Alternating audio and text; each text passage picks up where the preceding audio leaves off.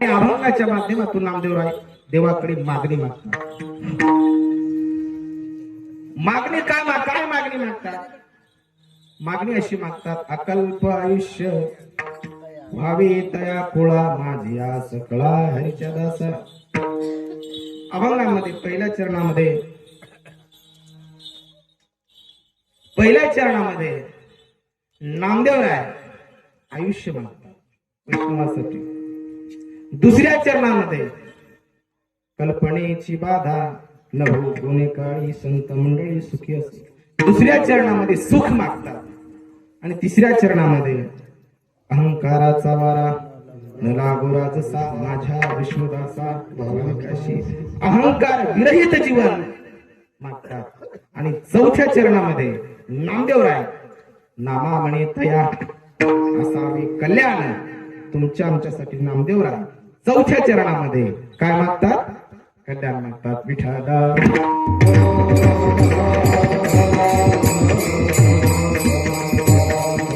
नामदेवराय साधे सुधे नाही. आणि संत असे सांगतात, संत सांगतात तर का आपण नाही. संत म्हणतात काही मागणे हे आम्हा अनुचित वडिलांची रीत जाणत असो. आमच्या बापालाच काही मागितलं नाही म्हणले आम्ही काहीच मागणार नाही. पण आजच्या अभंगामध्ये तर मागतात अकल्प आयुष्य व्हावे तया कुळा.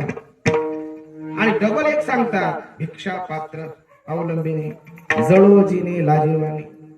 मग मागण्याचं प्रयोजन काय आहे? मागण्याचं आयोजन काय? संत तुम्ही आम्ही हा जीव रूपी माणूस, हा स्वार्थी माणूस तुमच्या आमच्यासाठी मागतात. आणि संत सर्वांसाठी मागतात.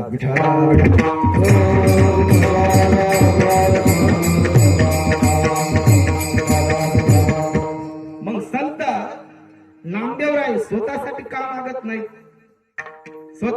मागत नाहीत? कारण ते काही सामान्य संत होते का महाराज? जगाचा मालक, लक्ष्मीचा पती, वैकुंठीचा नायक, रात्रंदिवस आमचा टारपी बापू काकडा म्हणते तो ईश्वर, रात्रभर आमचे भजन करतात ते देव. आमच्या नामदेवरायाच्या कीर्तनात दना दना उड्या आणत होता. काय करत होता? प्रत्यक्ष नाचत होता.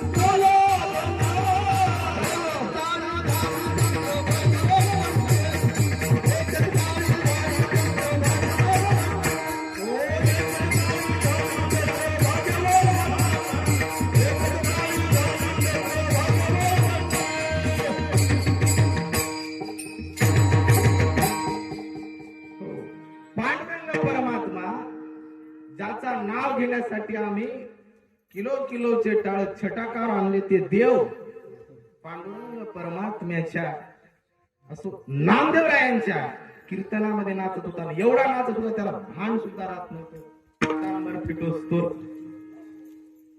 पितांबर फिटोस होते पांडुरंग. हो अहो देव कीर्तनात नाचला. आता मग कीर्तनामध्ये आपण का नाचलो? असा बऱ्याच जणांचा प्रश्न असते ना, कीर्तनात नाचतात म्हणून. इथं मी सकाळी हे सांगितलं, मला वाटतं काल सांगितलं, हा जीव आहे माणसाचा जीव. हा नाचतच इथपर्यंत आला. या युनिट त्या युनिट एक योनी कोट्यान कोटी मंगलागे वारा मानवाचा. आजपर्यंत आपण या जन्मापर्यंत मनुष्य देहापर्यंत नाचत चालून जातो. बरं डीजे लावल्यावर कसे आपल्या अंग हालतात? मग कीर्तनात का नाचव? कीर्तनात नाचायचं नाही. नाचताना आता काय करायचं? ज्ञानाचा दीपक लावायचा. ज्ञानदीप नाचू कीर्तनाचे रंगे ज्ञानदीप लावू जगी. हो अशा पद्धतीने म्हणून कीर्तनामध्ये नाचलं पाहिजे. का नाचलं पाहिजे? नाव देव नाचला म्हणून आपण सुद्धा कीर्तनामध्ये नाचलं पाहिजे. हो विठ्ठला विठ्ठला.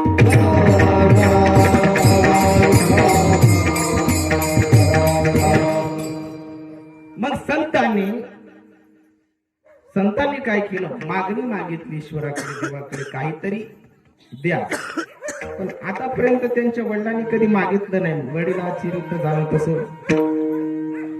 परंतु मागणं संतांचं कसं होतं, तुमच्या आमच्या मागण्यामध्ये फरक आहे ना.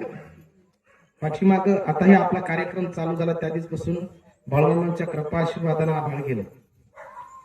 पण त्याच्या अगोदर 2 दिवसाला एवढं भयानक आभाळ येऊ लागलं, वातावरण एवढं गंभीर झालं की आम्ही सगळे पोरं गंभीर झालो. आम्ही म्हटलं ते मोबाईल चालूच होतं, इकडे गारा पडल्या, तिकडे गारपीट झाली, इकडे फलान झालं, तिकडे विस्तार झालं. आम्ही एवढे परेशान झालो.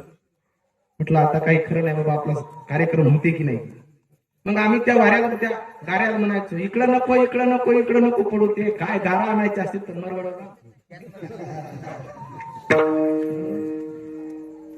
आमचा कार्यक्रम चांगला होते म्हटलं.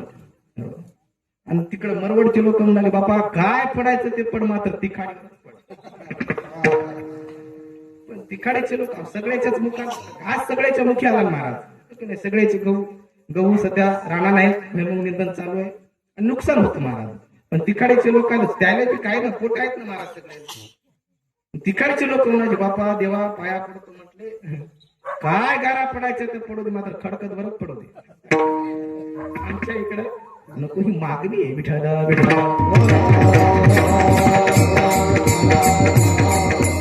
मग ही माणसाची मागणी स्वार्थी मागणी. माणसाची मागणी कशी, स्वार्थी मागणी. गाडीवरच्या मंडळीनं एक मीटिंग बसवली आणि त्यांनी मला फोन केला. म्हणला महाराज तुमची तारीख घ्यायची. कोण्या दिवशी घेता महाराज? म्हणजे पहिल्या दिवशी घ्या. पहिल्या दिवशी कारण कोणताच महाराज तारीख घेत नाही. सगळ्याच माहिती का घेत नाही, कारण पहिल्या दिवशी माणसं नसतात. हे बरेच महाराजांना विचारलं, पहिल्या दिवशी का घेत नाही? हे पहिल्या दिवशी माणसं नसतात. अरे परमार्थामध्ये गर्दीची गरज नाही, परमार्थामध्ये दर्दीची गरज आहे.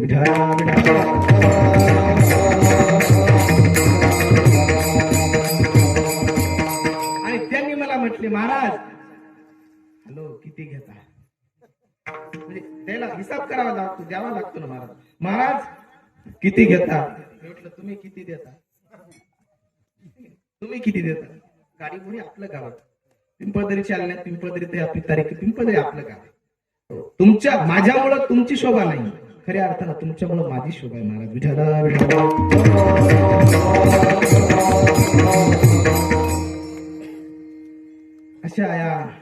अशी मागणी या स्वार्थी माणसाची.